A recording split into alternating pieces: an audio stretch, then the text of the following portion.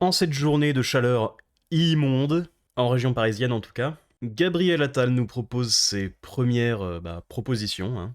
Désolé pour la répétition. Je ne serai sûrement pas extrêmement éloquent aujourd'hui à cause de la chaleur. J'espère que vous me le pardonnerez. Mais avant de regarder ces propositions, il y a eu ce matin un autre tweet de Renaissance dans lequel est mentionnée la politique de l'offre du président de la République. Est un succès. Bon, déjà rien que cette partie, je crois que je n'ai pas besoin d'expliquer pourquoi j'ai juste envie de dire MDR, mais la politique de l'offre de Macron, la politique de l'offre, c'est pas juste supprimer l'ISF. Quand tu compenses des petites baisses d'impôts par de la dette et pas par de la baisse de la dépense publique, ce n'est pas de la politique de l'offre. Parce que la dette, c'est de l'impôt différé. Donc en fait, tu n'as pas baissé les impôts. T'as juste sauté une génération pour savoir qui la paye. Donc bon, la politique de l'offre de Macron, j'aimerais pas voir la politique de la demande. Mais bon, revenons sur les propositions en elles-mêmes.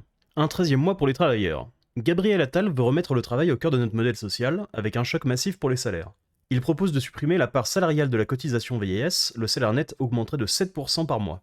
Pour tous les actifs, c'est proche d'un 13e mois. Alors un 13e mois, c'est environ une augmentation de 8,3%, donc on n'est pas très loin, mais bon, ça c'est ok, très bien. Mais comment on finance ça? Eh bien avec un nouveau modèle de retraite. Les moins de 45 ans pensent qu'ils n'auront pas de retraite. Nous ne pouvons pas nous résigner, alors plutôt qu'une énième réforme de paramètres, Gabriel Attal propose un système universel, libre et productif. Universel, un seul régime, simple et lisible, ça c'est très bien. Le statut de fonctionnaire est un privilège, pas un droit. Donc tout le monde au même niveau, c'est très bien. Productif, la capitalisation ouverte à tous, au service de l'investissement. Alors à combien de pourcents? Quelle part en répartition, quelle part en capitalisation? Parce que si on se retrouve avec du 15% comme propose Édouard Philippe, c'est pas assez. Et même en regardant l'interview complète d'où sont extraites ces propositions, il parle même pas de quel pourcentage. Donc c'est bien mignon de parler de capitalisation, mais il faut donner un chiffre, monsieur Attal. Alors pour ce point 2, au-delà du fait qu'il n'y a pas de pourcentage, c'est plutôt très bien, surtout si la capitalisation est libre. Mais surtout, libre avec un choix individuel de départ, plutôt avec des cotes ou plus tard avec bonus, sans âge légal fixe. Seule la durée de cotisation compterait dans un système plus souple et adapté au parcours de chacun. Donc celui qui commence à travailler à 20 ans aurait accès à sa retraite pleine cote, plutôt que quelqu'un qui commence à travailler à 28 ans. Ce qui est logique, en soi. Une stratégie pro-croissance pour la France. Il propose une grande loi de paix fiscale et normative pour en finir avec l'instabilité, de consacrer plus 10% du temps parlementaire à la simplification, un crédit impôt recherche versé à la source, un plan d'investissement sans précédent en faveur de l'IA. Alors dans l'ordre, loi de paix fiscale et normative, mais encore, dans l'article il dit qu'il faut passer de la parole aux actes, bon déjà un petit tacle pour notre cher président, qui n'a que ce mot à la bouche mais qui ne l'a pas entre les mains, disons. Consacrer 10% du temps parlementaire à la simplification. Ça c'est vraiment... Il faut passer de la parole aux actes. Ça sert à rien de dire qu'on va en parler plus, il faut faire plus de choses par rapport à ça. Et quand M. Attal était Premier ministre et qu'il avait la majorité, il s'est pas passé des tonnes de choses au niveau de la simplification. Et en fait, il en a tellement rien à carrer de la simplification que juste après, il propose une niche fiscale. Ils comprennent rien, hein. Enfin, déjà, il parle de politique de l'offre pour Macron, donc c'est sûr qu'il comprend rien. Mais la simplification, ça ne veut pas dire rajouter encore plus de niches fiscales, de cas particuliers et de complexité. C'est l'inverse. Un plan d'investissement sans précédent en faveur de l'IA, donc des subventions ou d'autres niches fiscales. Ils ne comprennent rien. Ils utilisent des mots qu'ils ne maîtrisent pas. Pourtant, simplification, c'est pas dur. C'est rendre les choses plus simples. Enfin, il propose de créer des zones de croissance industrielle, véritables mini-Singapour à la française, avec une fiscalité et une régulation pro-business. Décidément, le mot simplification, c'est très compliqué, hein. Ça, pour le coup, c'est pas simple. Parce que maintenant, non seulement, selon le secteur, selon ce que tu fais de ton argent, donc si tu investis dans la recherche, par exemple, en particulier dans l'IA, ça change ton taux d'imposition, maintenant, selon dans quelle zone t'es, où est la fin de cette énorme usine à gaz? Sans compter que qui les choisit, ces zones? Où est-ce qu'elles vont être?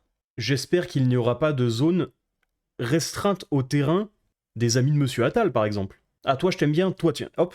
Tout autour de ton usine, c'est un mini Singapour. Alors que la solution est infiniment plus simple. Ton mini Singapour à la française, c'est la France. Voilà. Bien joué, Gabriel. Derrière ces propositions, une ambition, faire de la France le pays le plus prospère d'Europe.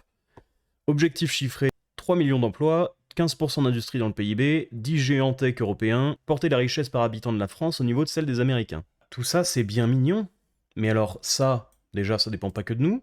Et même si ça dépendait que de nous, on a énormément de retard à se refaire. Quand on regarde les entreprises du CAC 40, c'est que des entreprises du siècle dernier, et pas de la fin du siècle dernier. 15% d'industrie dans le PIB, bah c'est juste augmenter de 50% la présence de l'industrie actuellement. Juste, évidemment, second degré. 3 millions d'emplois, c'est plus que le chômage, donc il compte faire disparaître le chômage en France. Pas mal. Porter la richesse par habitant de la France au niveau de celle des Américains. Il veut doubler le PIB par habitant. Bon, ça va, c'est faisable, je pense. Bon, en vrai, sur ce point, il parle du salaire médian. Mais il veut faire du coup un petit fois 1,4 sur le salaire médian. Et tous ces points, c'est sur 15 ans. Tout de suite, ça fait un peu moins ambitieux, mais on parle quand même de chiffres plutôt énormes. Sachant que par exemple, les Américains vont pas nous attendre. Gabriel Attal a été le seul Premier ministre depuis 15 ans à avoir fait baisser les dépenses de l'État. Ah bon? Il était Premier ministre de janvier à septembre 2024. Par rapport à 2023, les dépenses ont augmenté. À moins que M. Barnier se soit vraiment ait tout donné pendant les 3 mois pendant lesquels il était Premier ministre. Bon. Et là, on parle du pourcentage. En montant brut, c'est faux. Ça ne fait qu'augmenter depuis Mathusalem. Pour financer, il faut d'abord plus d'efficacité dans nos services publics et des économies, notamment dans nos dépenses sociales. En effet, en particulier dans les retraites. D'autres options pourraient être envisagées, bien sûr, pour faire moins porter le financement de notre modèle social sur les travailleurs. Mais oui, mais du coup, si t'appauvris pas les travailleurs, t'appauvris les autres. En ne réglant pas le problème de la dépense publique, donc c'est le serpent qui se mord la queue, ce truc. Mais Gabriel Attal pose une condition non négociable, chaque euro prélevé doit aller intégralement à l'amélioration du pouvoir d'achat. C'est antinomique. Par définition, 1 euro prélevé ne peut pas participer à l'amélioration du pouvoir d'achat. Pas dans la situation actuelle de la France. Courbe de l'affaire, courbe de Bars, je ne vous fais pas toute la rengaine. Bon, bah en bilan, c'est un peu léger quand même. Parce que là, les seuls trucs qui sont chiffrés, ce sont les objectifs, et ce qui concerne le 13e mois. Donc, c'est bien mignon, mais ça casse vraiment pas 3 pattes à un canard. Et c'est en partant du principe que ça serait appliqué. Parce que M. Attal, pour rappel, était Premier ministre, il y a moins d'1 an. Et pendant le mandat de M. Attal, il s'en est pas passé des tonnes, en termes de réduction des prélèvements sur la classe moyenne et la réduction de la dépense publique. Donc on va voir ce que ça donnera avec un programme plus complet, que j'espère mieux chiffré, mais pour l'instant, Gabriel, tu n'auras pas mon vote. Si la vidéo t'a plu, n'hésite pas à t'abonner, à regarder une autre vidéo, à faire un petit passage sur la chaîne principale, à liker et à commenter.